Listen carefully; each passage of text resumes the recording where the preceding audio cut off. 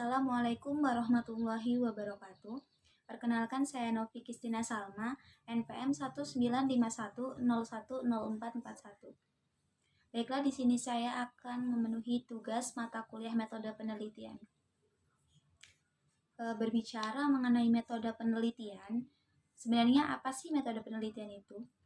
Jadi, metode penelitian merupakan suatu cara ilmiah yang dipakai secara spesifik untuk mendapatkan data dan memecahkan suatu masalah yang dilakukan pada suatu penelitian dengan tujuan dan kegunaan tertentu. Penelitian ini dilakukan oleh researcher. Researcher sendiri berasal dari 3 kata, yaitu kembali, search, meneliti atau mencari, orang. Jadi researcher adalah orang yang melakukan penelitian kembali. Struktur paper sendiri, yang pertama adalah judul, identitas penulis, abstrak, pendahuluan, landasan dasar Al-Quran dan Hadis, konsep dan pembahasan 1, konsep dan pembahasan 2, tawaran penulis, kesimpulan dan saran, kemudian terakhir adalah referensi. Berbeda dengan struktur tugas akhir atau skripsi yang terdiri dari 5 bab. Bab 1 yaitu pendahuluan, terdiri dari penegasan judul, latar belakang masalah, identifikasi dan batasan masalah, rumusan masalah, tujuan dan manfaat, metode penelitian, tinjauan pustaka, yaitu kajian peneliti terdahulu yang relevan, kemudian sistematika penulisan. Bab 2 landasan teori, terdiri dari penjabaran teori dasar yang digunakan dan pengajuan hipotesis. Bab 3 laporan hasil penelitian. Bab 4 analisis data, terdiri dari deskripsi data, pembahasan hasil penelitian dan analisis.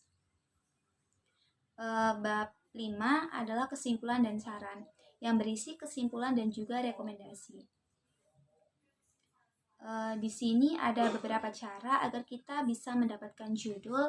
Yang pertama yaitu melalui webinar, yang kedua ide yang menurut kita mudah. Kemudian agar tidak sama dengan judul lain, maka kita harus mengeceknya ke Google Scholar.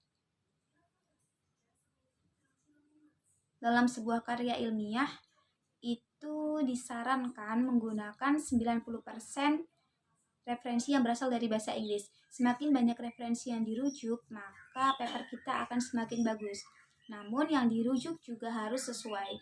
Misalnya, kita berbicara mengenai merger bank syariah, maka rujukannya pun harus merger bank syariah. Lalu bagaimana cara kita mendapatkan teori-teori yang cocok? Yang pertama dengan mencari tema atau judul yang masih berkesinambungan atau adanya keterkaitan antar judul. Yang kedua mencoba merujuk pada kebanyakan jurnal pada Google Scholar, tetapi tetap spesifik dan tidak meluas atau keluar dari judul. Dalam jurnal tidak boleh terlalu luas karena halaman yang terbatas. Kuncinya harus dari umum ke khusus.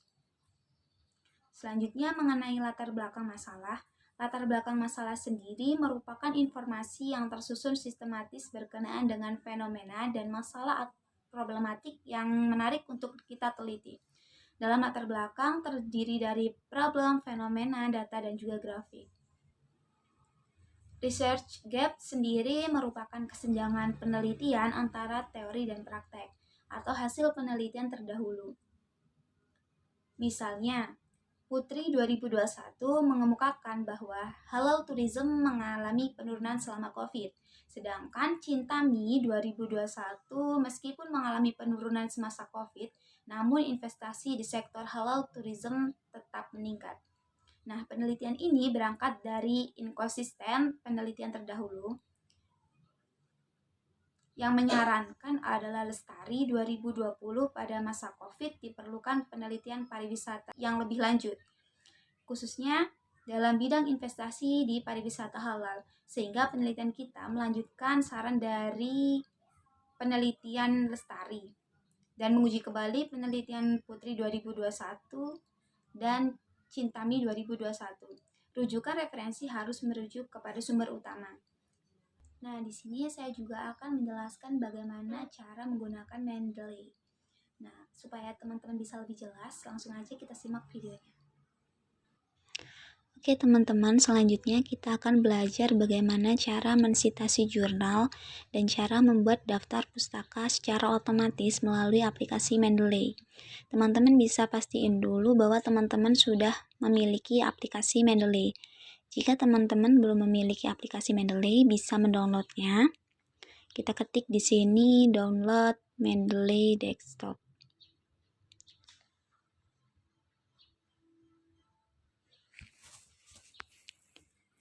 Teman-teman bisa pilih yang atas, download Mendeley Reference Manager for Desktop Windows.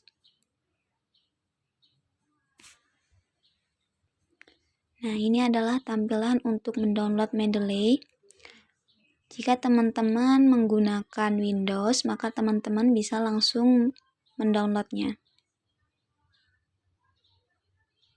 Ini adalah untuk mendownload Mendeley Desktop. Teman-teman bisa langsung mendownloadnya di Download Now.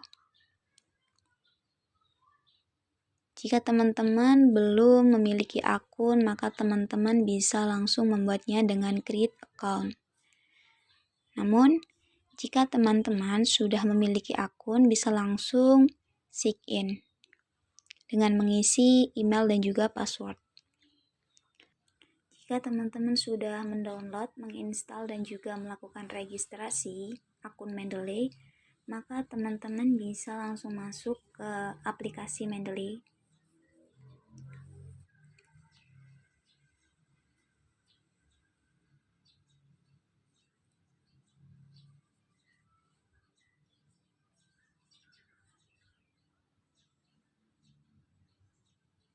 Nah, itu adalah tampilan dari Mendeley Desktop.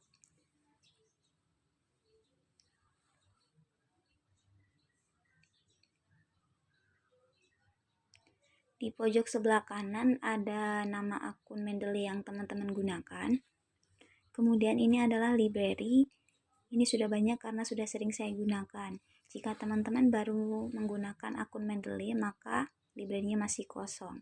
Selanjutnya kita akan menghubungkan Mendeley ke Microsoft Word. Caranya teman-teman klik menu Tools, lalu pilih Install Microsoft Word Plugin. Di sini karena akun saya sudah terinstall dengan Microsoft Word, maka bisa langsung digunakan.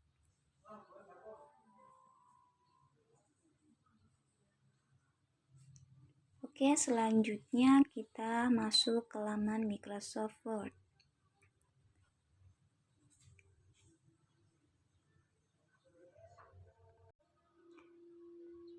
Di Microsoft Word ini kita bisa mengetahui bahwa aplikasi Mendeley-nya sudah terkoneksi ke Microsoft Word. Untuk mengetahui bahwa Mendeley-nya sudah terhubung ke Microsoft Word, kita bisa mengklik menu Reference.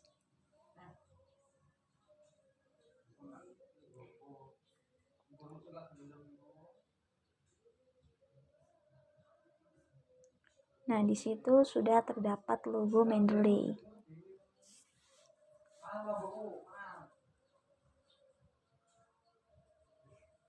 Oke, selanjutnya kita akan belajar bagaimana cara membuat body note, footnote, dan daftar pustaka otomatis dengan aplikasi Mendeley. Oke, selanjutnya teman-teman bisa masuk ke Google, lalu teman-teman bisa mencari Google Scholar atau Google Cendekia. Di sini kita akan mendownload jurnal yang akan kita sitasi. Saya contohkan di sini adalah dampak merger Bank Syariah. Cocok untuk kita tulis. Oke, di sini saya mengambil jurnal tentang analisis dampak kebijakan merger dalam pengembangan Bank Syariah di Indonesia. Teman-teman bisa langsung mendownloadnya. Karena saya sudah mendownloadnya, jadi kita langsung saja mensitasi jurnal tersebut. Teman-teman bisa usahain untuk tiap paragraf harus ada referensinya. Oke, di sini saya bisa mengcopy teks tersebut, lalu kita masuk lagi ke Microsoft Word, lalu paste.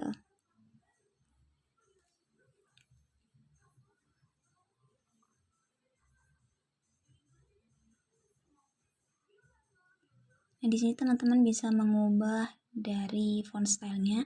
Di sini saya menggunakan Times New Roman dengan font size-nya 12.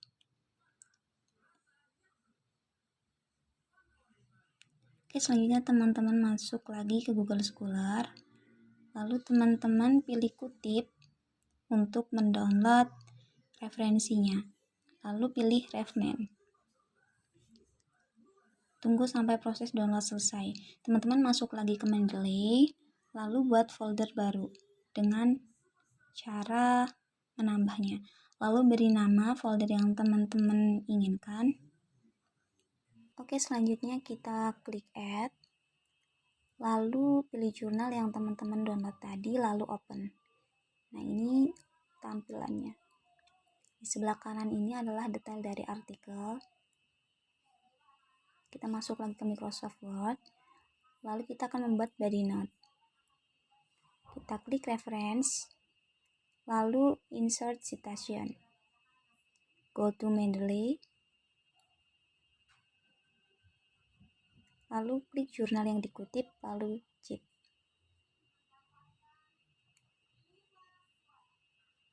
Oke, ini adalah body note-nya. Untuk style dari body note sendiri adalah APA. Jika ingin diubah ke footnote, maka ganti dengan Chicago Manual of Style. Maka ini adalah tampilan footnote-nya. Namun di sini saya akan menggunakan body note.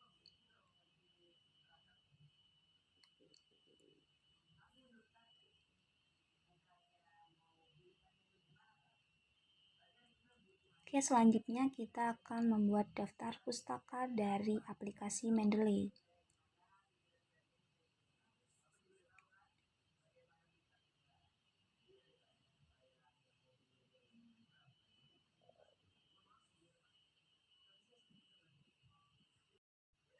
Oke, teman-teman bisa langsung mengklik insert bibliography. Oke, ini adalah daftar pustaka dari aplikasi Mendeley. Selanjutnya adalah mengenai hipotesis. Hipotesis adalah suatu pendapat atau kesimpulan yang masih bersifat sementara. Pengembangan hipotesis sendiri merupakan pengembangan dari sebuah data atau dugaan sementara. Nah, misalnya di sini kita memiliki 3 variabel dependen dan 1 variabel independen. Nah, dari ketiga variabel dependen dan 1 variabel independen itu bisa dirumuskan 3 sampai 4 hipotesis. Nah, hipotesis sendiri nantinya harus disesuaikan dengan rumusan masalah. Baiklah, mungkin itu yang dapat saya jelaskan. Kurang lebihnya saya mohon maaf. Wabillahi taufiq wal hidayah. Wassalamualaikum warahmatullahi wabarakatuh.